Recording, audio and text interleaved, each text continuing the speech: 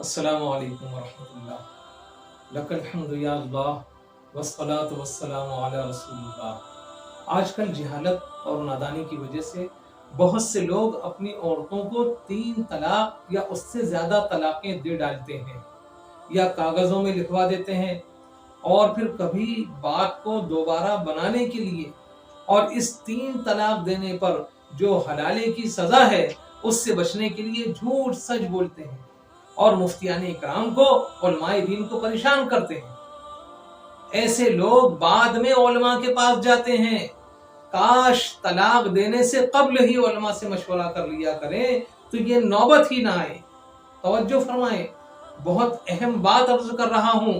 ایسے لوگ بعد میں علماء کے پاس جاتے ہیں، کاش طلاق دینے سے پہلے ہی علماء سے مشورہ کر لیں تو ایسے حالات ہی پیدا نہ ہوں۔ غور سے سنیں، 3 طلاقیں بیک وقت دینا گناہ ہے، ایک ساتھ 3 طلاقیں دینا گناہ ہے۔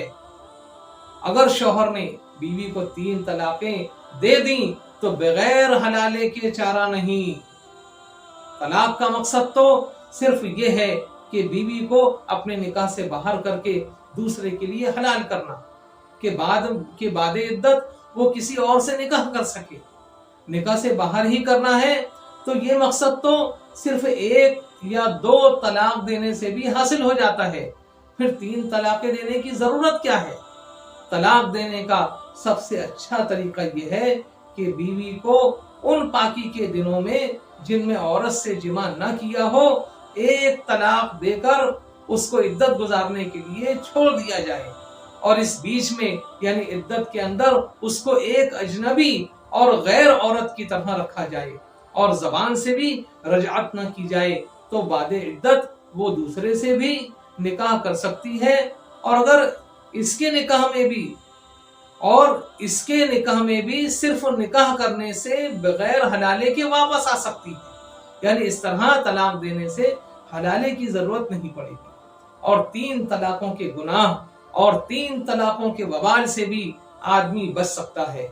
ہاں، یہ خیال رہے کہ شوہر نے اگر 1 طلاق کے بعد رجوع کیا تو آئندہ زندگی میں اسے 2 طلاقوں کا اختیار رہے گا، اور اگر 2 طلاقوں کے بعد اس نے رجوع کیا تو آئندہ زندگی میں شوہر کو صرف 1 طلاق کا اختیار رہے گا۔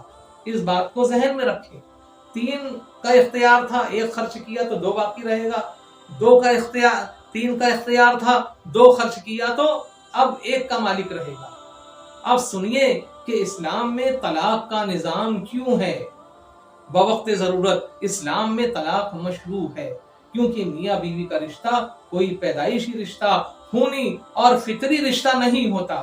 مزاج اپنے اپنے، عادتیں اپنی اپنی، طور طریقے اپنے اپنے، اور خیالات و رجحانات الگ الگ ہونے کی صورت میں کبھی کبھی دیکھا جاتا ہے کہ بجائے میاں بیوی میں محبت نفرت پیدا ہو جاتی ہے، بجائے محبت کے نفرت پیدا ہو جاتی ہے، اور ایک دوسرے کے ساتھ زندگی گزارنا نہایت مشکل بلکہ کبھی کبھی ناممکن ہو جاتا ہے، اور نوبت رات دن کے جھگڑوں اور مار پیٹ، یہاں تک کہ کبھی کبھی قتل و خون ریزی تک نوبت آ جاتی ہے۔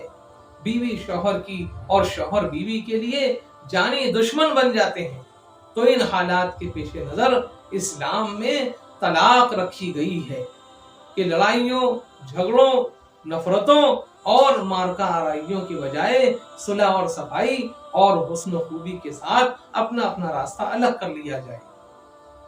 اسی لیے جن لوگوں میں طلاق کا نظام نہیں، اور جہاں یہ نظام ہے کہ جو جس کے ساتھ بن گیا وہ ہمیشہ کے لیے بن گیا، جان چھڑانے کا کوئی راستہ نہیں، ان میں عورتوں کے قتل تک کر دیے جاتے ہیں، یا زندگی چین و سکون کے بجائے عذاب بنی رہتی ہے۔ آج جو ہم حالات سنتے ہیں، مٹی کا تیل بدن پر ڈال کر عورتوں کو جلانے، پانی میں ڈبونے، زہریلی گولیاں کھلا کر مارنے وغیرہ ایذا رسانی کے ہولناک واقعات کے ذمہ دار وہی لوگ ہیں جو کسی بھی صورتحال میں طلاق کے روادار نہیں، اور جب سے ہر حال میں طلاق کو عیب اور برا جاننے کا رواج پڑا، تبھی سے اس طرح کے دردناک واقعات میں اضافہ ہوا ہے۔ بھائیوں، اسلام نے اعتدال پر رہنے کی تعلیم دی ہے. غور سے سنیں، اسلام نے اعتدال پر رہنے کی تعلیم دی ہے. نہ یہ صحیح ہے جس کا ابھی آپ نے جو بات ابھی آپ نے سنی، اور نہ ہی طلاق کا بے جا استعمال صحیح ہے. ابو داؤد شریف کی حدیث کے پاک میں ہے، اللہ کے رسول صلی اللہ تعالی علیہ وسلم فرماتے ہیں کہ اللہ عز و جل کی بارگاہ میں سب سے ناپسندیدہ حلال کام طلاق دینا ہے، اور ائمہ دین بلا ضرورت طلاق دینے کو ممنوع اور گناہ قرار دیتے ہیں.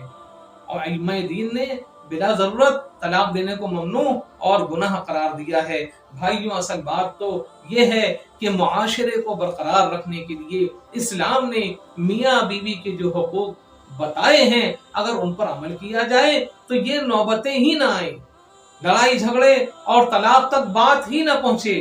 لہٰذا اسلام کو سمجھو، مانو اور اسلام کے اصولوں پر عمل کرو. اسلام کے دامن میں سب کے لیے پناہ ہے اور سب کے لیے امن و چین ہے. اللہ پاک فضل و کرم فرمائے.